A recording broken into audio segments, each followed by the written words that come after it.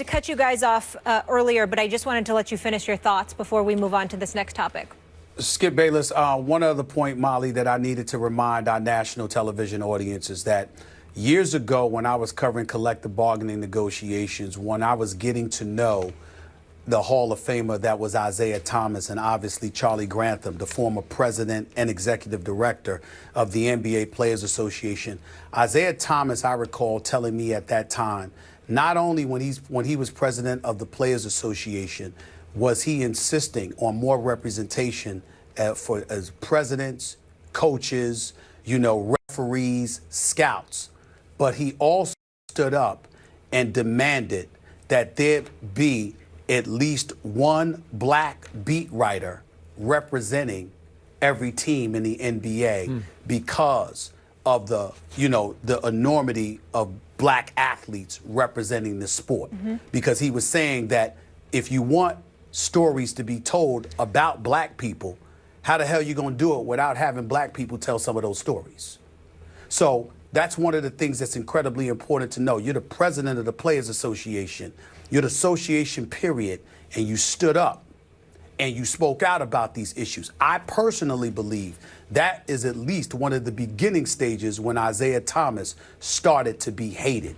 So this is not new when I say that people are going to point the finger at me and anybody else who takes on this issue. But they better get ready to rumble, because I'm not going to let this go. Good for you. It's the right cause to stand behind, that's for sure.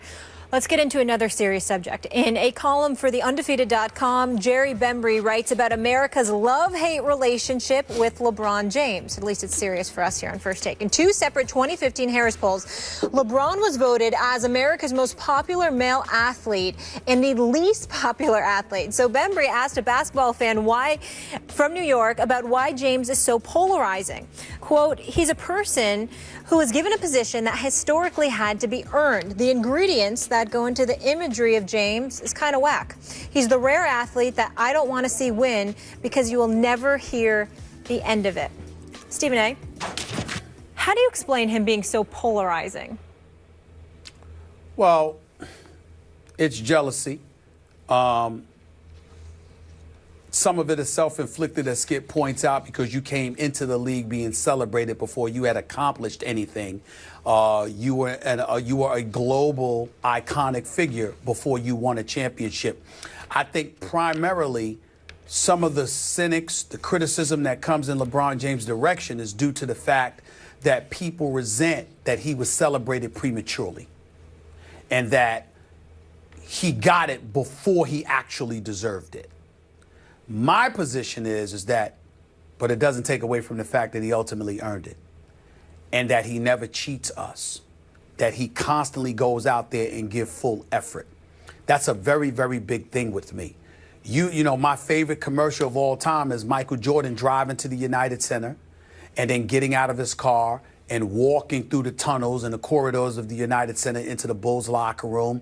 And he's talking and chronicling with the voiceover about all the times that he has failed. And then the screen goes black and it says, "That is why I succeed." Kobe Bryant had a similar commercial along those lines as well, thanking the haters. The point that I'm trying to make is that you go through darkness before you see the light, usually. You have to endure these kind of things. LeBron has done it time and time again, but my affection for LeBron goes deeper than basketball. He's not perfect. You know, sometimes he could be a little slick with himself. Sometimes he could be a bit aloof and putting folks off, at least certain folks or whatever the case may be. But he is the ultimate role model, the ultimate basketball ambassador. What he means to the game transcends on so many levels. LeBron is a global iconic figure. I have seen him have a profound impact on so many lives off the court by just his sheer presence, his willingness to converse with somebody, to make a kid feel better. I gave a speech at the University of Akron just a couple of months ago, where, he's got his scholarship program going on where thousands of kids are going to receive a free education through his foundation. The philanthropy, the charitable work that he engages in, the way he gives of his time, his money, his effort, the things that he pays attention to is something special, man. And you know, when you look at it from that perspective, people that hate on him clearly don't know about that. Because you couldn't hate on him if you knew about all the things that he does sheerly from, you know, purely from his heart.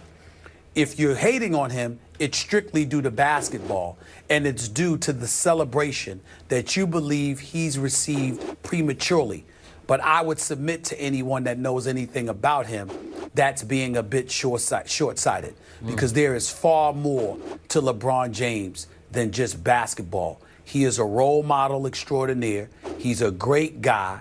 He's a good family man. He's a decent person.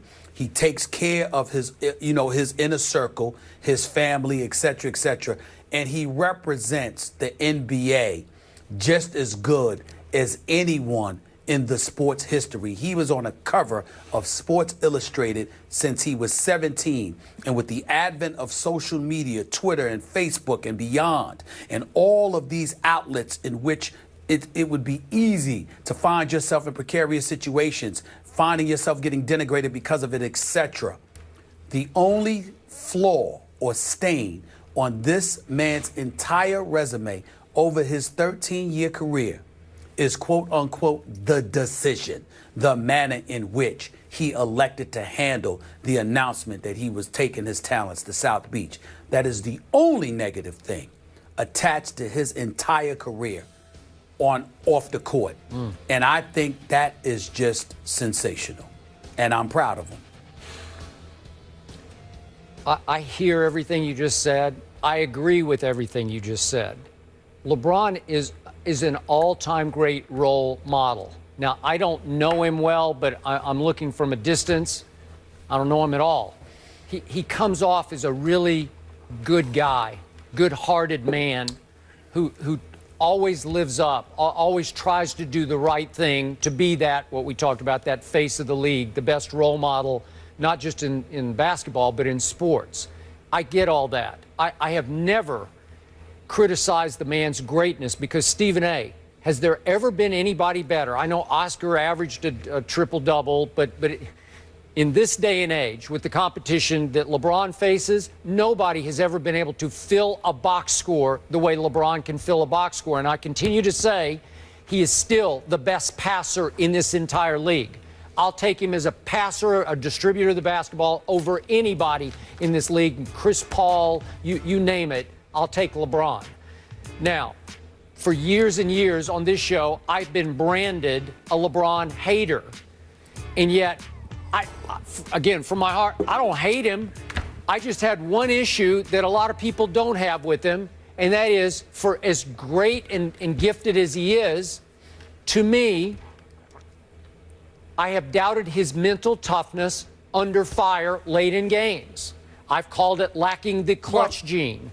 And it's come in the wake of all of his announcing coming out of high school, I got next. Here is the next 23. I am here. And so we just went from the greatest clutch player I ever saw in any sport, the greatest performer under pressure I've ever seen in Michael Jordan, to a LeBron who lacks that clutch gene and that backbone under pressure, because too often I've seen him melt down on big playoff stages against Boston 2010, obviously Dallas 2011. And let me finish. Let me finish. There have been too many times when LeBron inexplicably just disengages under pressure. We saw it recently in Toronto. Even you led off the show saying, "Where were you, big man? You got to be better than that. Your team needed you. You just sort of disappeared." And I've seen, I can do chapter and verse on that repeatedly through playoff series. So my point is, I don't hate him. I just point out that he has routinely failed in those situations, but that's different. So here's what I boil this down to, this whole love-hate thing. I think a lot of it has to do with how much you loved Michael Jordan to start with. Like, I love Michael Jordan, so maybe I'm harder on LeBron than I should be. Maybe I am unfair with my criticism, because a lot of the younger viewers of our show who don't love Michael Jordan, they want to love LeBron, like he's their guy. So they fight for LeBron. I think they get a little delusional in their defense of LeBron. You see, it's a Jordan thing more than anything. let me tell you why I wanted to interrupt you, because you keep doing something and I want you to, I'm telling you as your friend, I need you to stop doing this. Yes, you are a contrarian. Yes, you do take I'm not a contrarian. Position. I disagree with that. No, I'm getting to a bigger point. Okay, all right. What I'm saying to you is that you constantly get criticized for hating on LeBron. I want to put this to bed right now. As a guy that works with you, I will vouch for you. Skip Bayless, there is nobody on the air or off the air, maybe outside of myself, that speaks more glowingly about LeBron off the court than you. You get on him strictly about basketball. That is true. It comes off to other people that you're talking about something else. And I'm telling you, which is why I wanted to interrupt you, that I religiously halt people about that, because at no time do you ever say anything about him as a man, as a person, his charitable works, his philanthropy. You consistently rave about it. You just have an issue with him when it comes to what you perceive as the comparisons to Michael Jordan. That is it. So you don't need to defend yourself with all of this other stuff. The hell with those people. They're just looking for a reason to hate on you because you don't feel the way that they feel. You're entitled to it, but I'm going to validate it by telling you you don't say that. All you never I appreciate have. that. Enough. Okay. Let's go.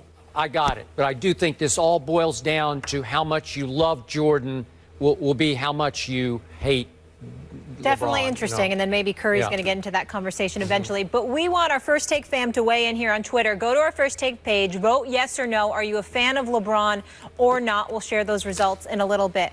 Meanwhile, when we come back, we're going to play a little game of what if. So we all know Kobe Bryant has 5 rings, but what if we swapped LeBron for Kobe?